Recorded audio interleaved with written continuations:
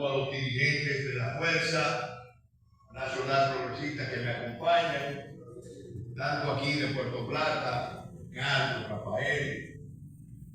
Un saludo también a Moisés, gran amigo, con muchos vínculos con la familia puertoplateño de tradición.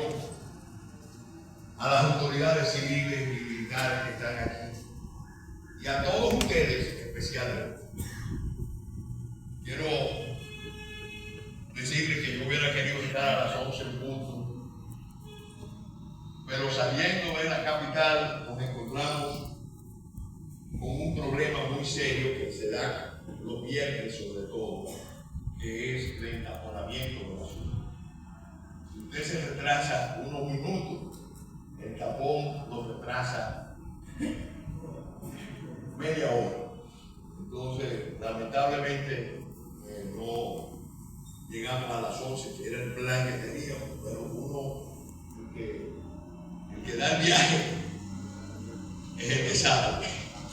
Entonces, yo quiero agradecer a Emérito la invitación, a la directiva de la asociación de la cooperativa por haberme invitado a tratar este día, este tema aquí en Puerto Rico.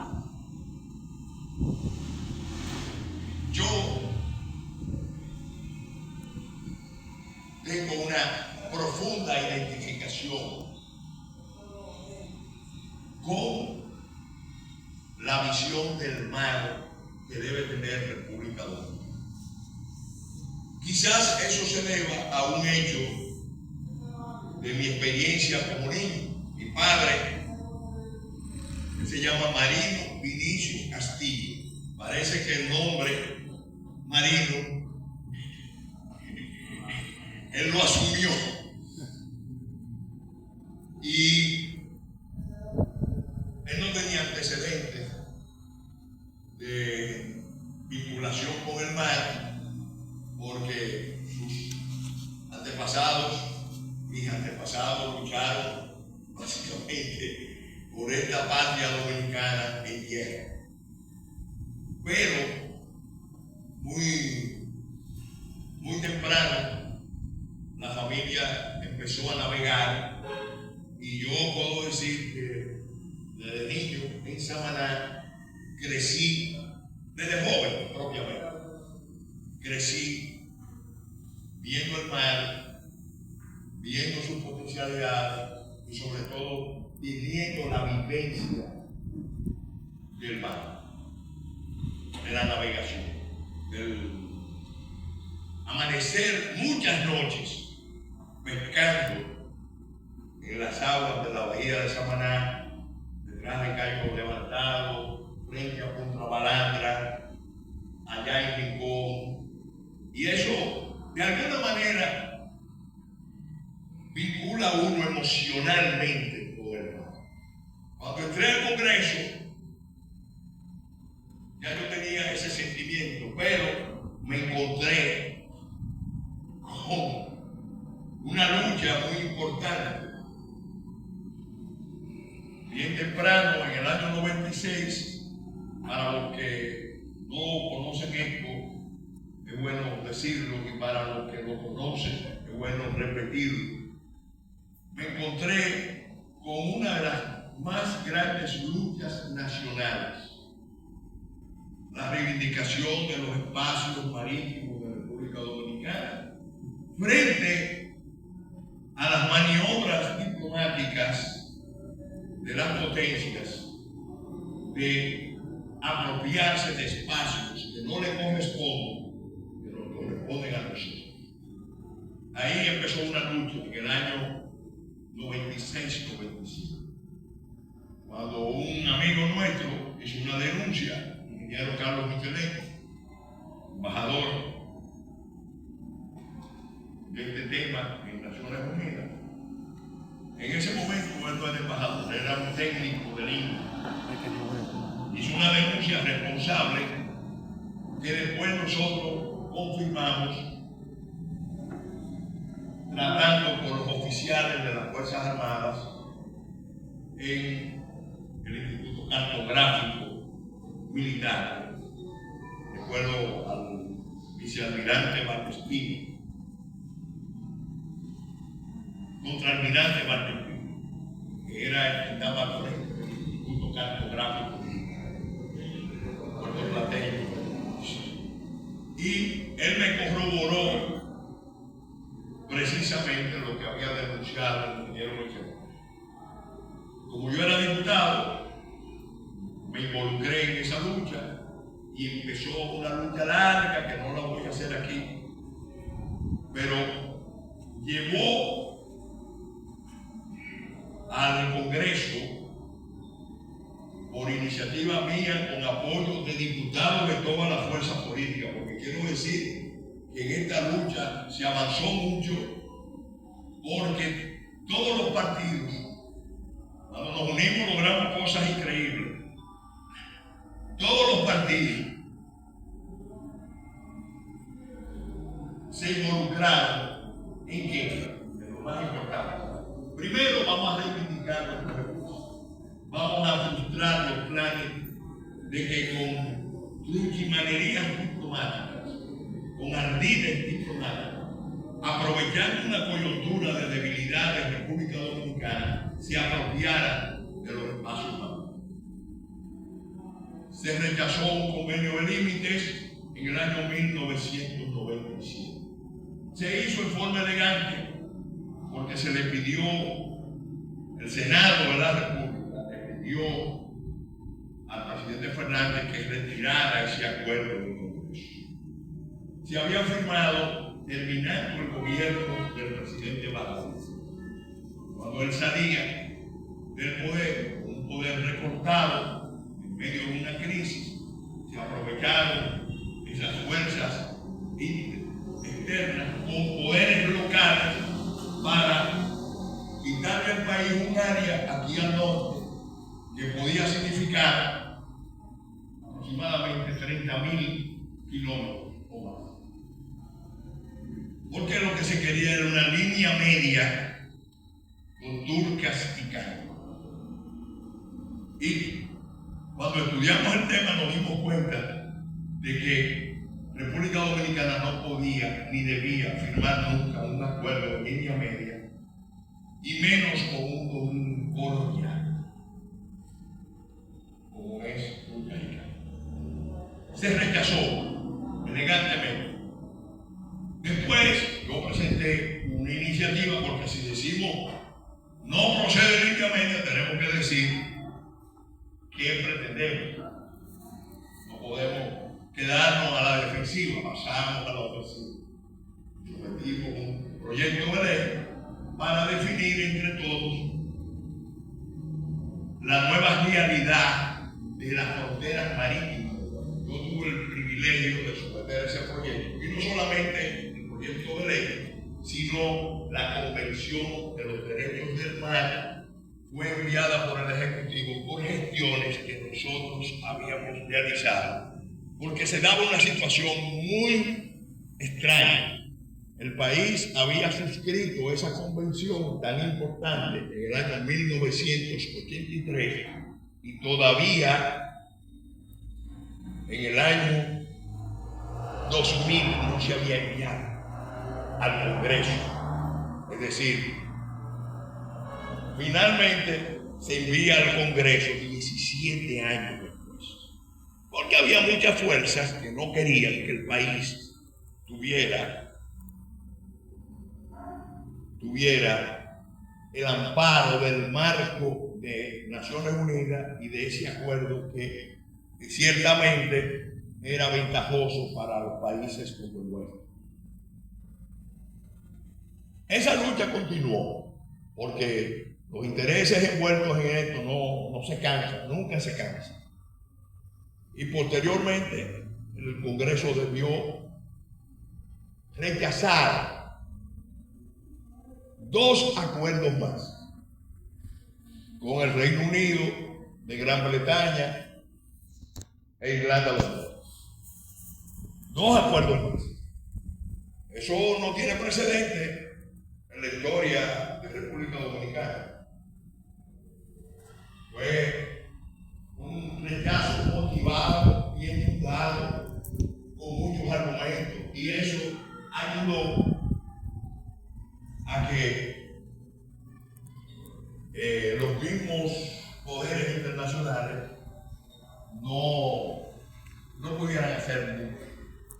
Mientras tanto, empezamos a trabajar con la ley, y cuando vimos que continuaban las maniobras, decidimos, bueno, aquí la única manera de blindar a la República Dominicana frente a todas estas maniobras es estableciendo una ley que nos diera las líneas de pretensión más las líneas de frontera nuestras, de definición de nuestra frontera, las más amplias posibles, permitidas por el derecho internacional.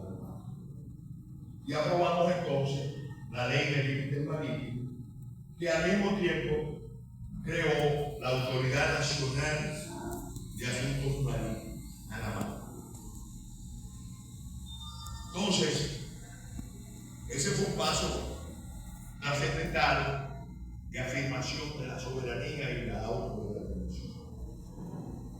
Quedaba pendiente el tema de las delimitaciones marítimas. Yo, que viví esa experiencia, involucré a muchos diputados de todas las fuerzas. Yo todavía hago el relato de lo que pasó cuando vinimos aquí a Puerto Plata. Porque una de las formas de manifestar la afirmación de la soberanía es haciendo acto de presencia. Entonces organizamos una expedición de diputados de todas las fuerzas políticas. Salimos de aquí, de Puerto Plata, en la madrugada, 4:30 de la mañana, creo que era Almirante Didier, el buque que nos llevó al Marco de la Plata. Eso fue impresionante. 26 diputados, la mayoría no habían navegado nunca. Salimos temprano, llegamos allá y vimos el barco y vimos el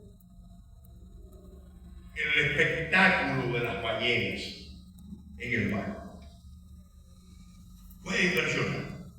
Después yo me preocupé mucho cuando retornaba, muchísimo, porque los diputados empezaron a marearse. El mar no estaba muy tranquilo, y entonces yo empecé a temer que me tiraran al agua. Solamente no nos mareamos 3, porque habíamos tenido experiencia de navegación. Pero, ¿por qué hago este relato? Bueno, lo voy a dejar ahí. La historia es larga. Son muchas las resoluciones, son muchas las declaraciones interpretativas que se aprobaron con un acto sin precedentes también. Lo voy a dejar ahí, pero ¿qué quiero decir? Miren, en esa lucha que continuó de muchas maneras, República Dominicana empezó a mirar el mar. Los políticos empezaron a mirar el mar. ¿Por qué? Nosotros somos una isla muy singular. Hay un poeta nuestro, Tomás Hernández Franco, de Santiago, famoso, que nos definía como una media isla con ademán de continente. No somos media isla. No. Que si lo decimos mucho, los vecinos creen que somos media isla y van a pedir. Ellos están en eso, ojo, están en eso. Pero el poeta tiene licencia siempre para decir lo primero que le viene a la mente. Y decía, somos una media isla con ademán de continente. ¿Qué pasa? Realmente nosotros tenemos una configuración continental. Es impresionante, porque aquí está la mayor altitud de todo el Atlántico en la costa este de las Américas. La mayor altitud. Pero ahí, navegando al noreste, está la mayor profundidad. La mayor profundidad del Atlántico. Más incluso que una fosa parecida que hay en Europa. ¿Por qué? Porque aquí, donde estamos, aquí chocan la placa de Norteamérica con la placa Caribe. La placa de Norteamérica levanta la placa Caribe y por eso tenemos esa configuración de cordilleras, montañas, minería de clase mundial, valles, agricultura para producir para 30 millones de personas en 28 microclimas. Eso es una cosa impresionante. Yo cuando hablo con amigos geólogos, algunos ya partieron al padre, pero me decían que esta isla para los geólogos era impresionante. Lo que había aquí en la isla de Santo Domingo era aquí. Bueno, es tan impresionante que hay un geólogo famoso de la Universidad de Berkeley que escribió un libro, se llama Antonio Stredicato, él, y el libro era un libro sobre el Atlántico. Y él, en ese libro, sostenía la teoría de que el famoso continente que se hundió en tiempos pasados estaba aquí en esta zona, y que lo que queda de la isla de Santo Domingo es precisamente lo que queda del continente del Atlántico. Pero eso es una teoría, es una teoría. Ahora, ¿qué es lo importante? Bueno, está bien que nosotros tenemos ínfulas de continentes, pretensiones de continentes, pero nosotros no podemos perder nuestra visión. Nosotros tenemos que tener como país una visión del mar, construir una visión del mar, porque el mar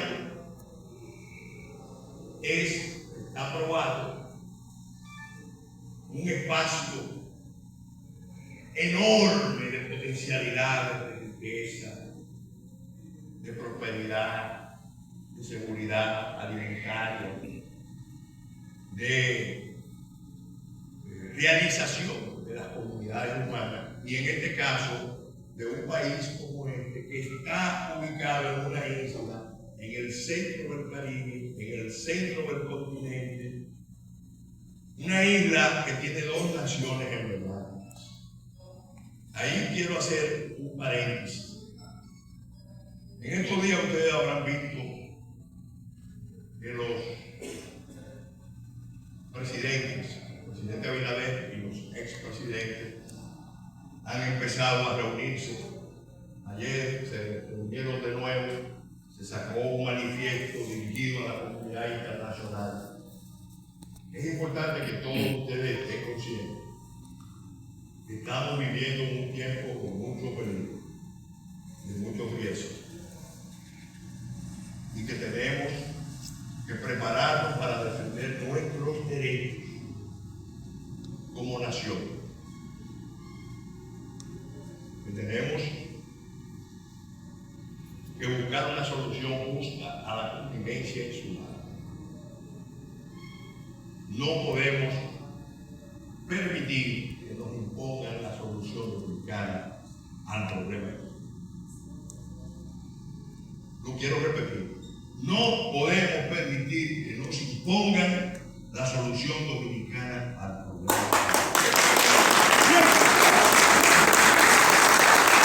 Eso corresponde no solo al liderazgo, corresponde también a los ciudadanos, a los grupos organizados. Eso no solo corresponde a las Fuerzas Armadas, que tienen un mandato constitucional de defender defender la soberanía y la integridad territorial del país. Eso corresponde a todo dominicano que tenga conciencia y corazón abierto. Doctor, estamos esperando una seña solamente.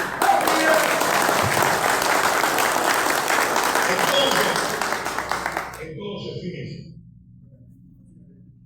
cierro paréntesis, porque no puedo estar aquí consciente de los problemas que hay sin transmitirle el mensaje de alerta a ustedes, para que estén alertas.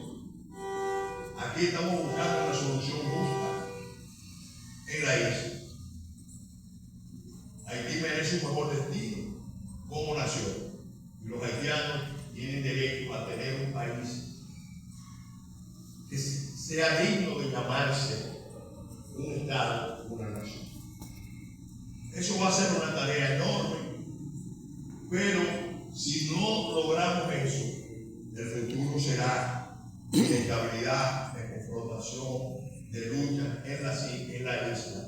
Y nosotros tenemos la responsabilidad de defender este país por nosotros mismos, por nuestros hijos, por nuestros nietos, porque si queremos ser dominicanos de tierra dominicana, tenemos que demostrarlo con una actitud, como dice el himno nacional, una actitud valiente. Ningún pueblo ser libre merece, es esclavo, violento, inseguro. Y el pueblo dominicano aprobado, que no es esclavo, que ama la libertad, que no es indolente, aunque hay mucha gente indolente aquí, y que no es servil, porque cuando se siente su libertad y su independencia amenazada, reacciona. Pero cierro el país para volver al tema.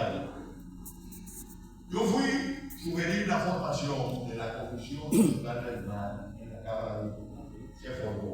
No la han formado los senadores, pero los diputados sí tienen una comisión para sustituir. Y fui el primer presidente de esa comisión. ¿Por qué? Porque entendemos la importancia del mar. En la Constitución, cuando se discutió la reforma constitucional del 2010, logramos consignar unos mandatos muy claros, de que el país tiene que buscar por todos los medios los mejores términos de delimitación permitidos por el derecho internacional. Las negociaciones de frontera tienen que hacerse en los mejores términos permitidos por el derecho internacional. Ustedes habrán oído la controversia última en relación a la negociación de los límites con Inglaterra. Bueno, ahí yo y muchos somos partidarios de que ese acuerdo no debe ser enviado al Congreso. El presidente Abinader no lo ha enviado. Esperamos, tenemos la confianza de que se va a revisar y se va a renegociar. Se va a renegociar. Se debe renegociar. No sé si lo van a hacer, pero nosotros sí lo planteamos. En los mejores términos, que no son esos que se suscribieron. Bien.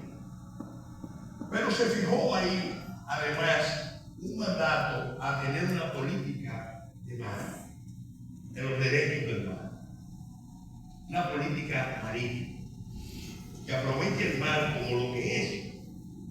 ¿Y qué logramos? Bueno, yo personalmente te pongo mi visión.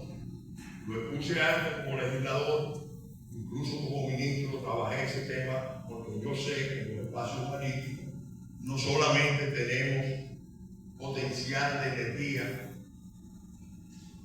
de petróleo, de gas, de otras fuentes de energía. Aquí mismo en Puerto Plata, siendo ministro, estuvimos apoyando un proyecto que no sé qué estatus está, pero que de aquí, los fondos marinos de aquí podía suministrar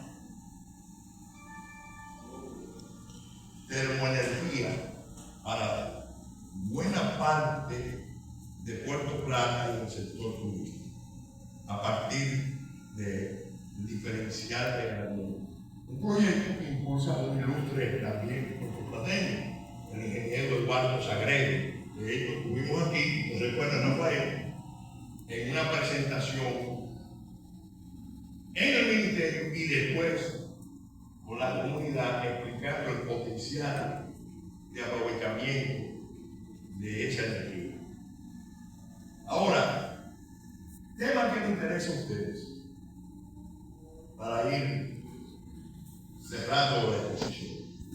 Tema fundamental. Bueno, nosotros necesitamos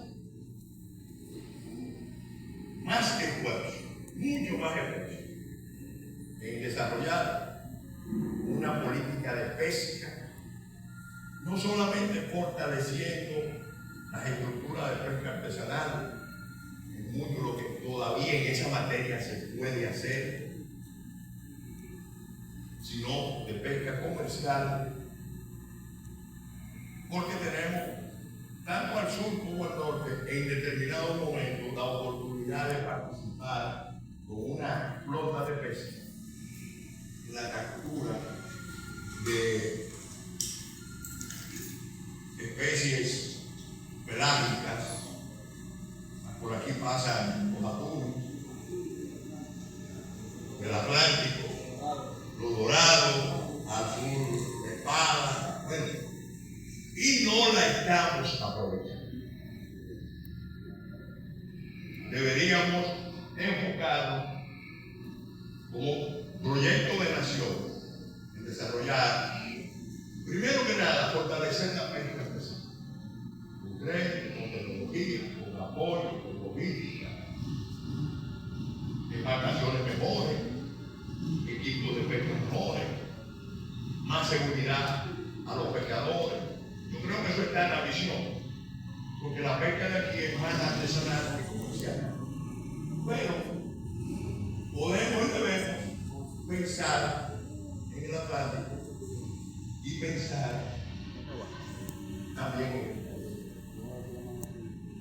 Yo tuve la experiencia de haber conversado con unos capitanes de barcos de pesca dominicanos que vinieron alianza de la naviera, del transporte, pero tenemos que empezar a buscar nuestros vinos para vender en Puerto Rico, para vender en una Cuba que en algún momento próximo esperamos que se abra y se convierta en un aliado, en una aliada de República Dominicana. Incluso hasta para vender vía marítima en Haití, en Jamaica, en Centroamérica, en Guyana, al sur, toda la cadena de ellos. Eso obviamente implica voluntad de Estado. Ahí hay que subsidiar, porque esas son políticas que se toman y que el Estado, para implantarlas, necesita darle un impulso inicial de subsidio. Pero el mejor apoyo que cualquier Estado, que eso lo demuestra la historia, le puede dar a su producción nacional es precisamente garantizar el mercado exterior en buenas condiciones, seguro. Es la mejor manera. O sea, el tema de la flota es fundamental. Pudiera entenderme más, pero hoy yo quiero reiterar las gracias al médico, a esta importante cooperativa social que tiene no solamente una visión de mar. Yo soy un aliado de ustedes y ustedes pueden ver en nosotros un portavoz de todos los temas que a ustedes les preocupan, porque también sé que ustedes también están empeñados en desarrollar otros proyectos vinculados a lo más importante, ojo, la seguridad alimentaria. Es el primer nivel de seguridad de un país Y en el caso de la República Dominicana, es imperdonable, sería imperdonable que teniendo todas las condiciones, y una más, para tener seguridad alimentaria, no desarrollemos las políticas de Estado contando con la participación de los grupos como ustedes, el involucramiento de ustedes mismos en una empresa propiamente nacional. Se habla mucho de la alianza público-privada, como son grandes inversiones, pero hay que hacer la alianza público-privada con quién, con las comunidades, con los grupos cooperativos, con las municipalidades. ¿Por qué? Porque el país es pobre. Nosotros tenemos que superar un problema histórico que tenemos, un problema histórico. La visión que tienen algunos de que todo es una finca con pasaporte, de unos pocos dueños. Se creen ellos. Y afirmar que todo es un tema que está desde 1844. El país siempre lucha por afirmar su vocación de ser una república, pero una república no de nombre, sino con un proyecto nacional fuerte, integrador de todos los dominicanos y dominicanas.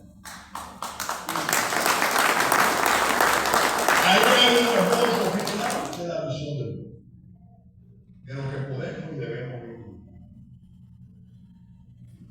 Consciente de que tenemos derecho, pero si no ejercitamos permanentemente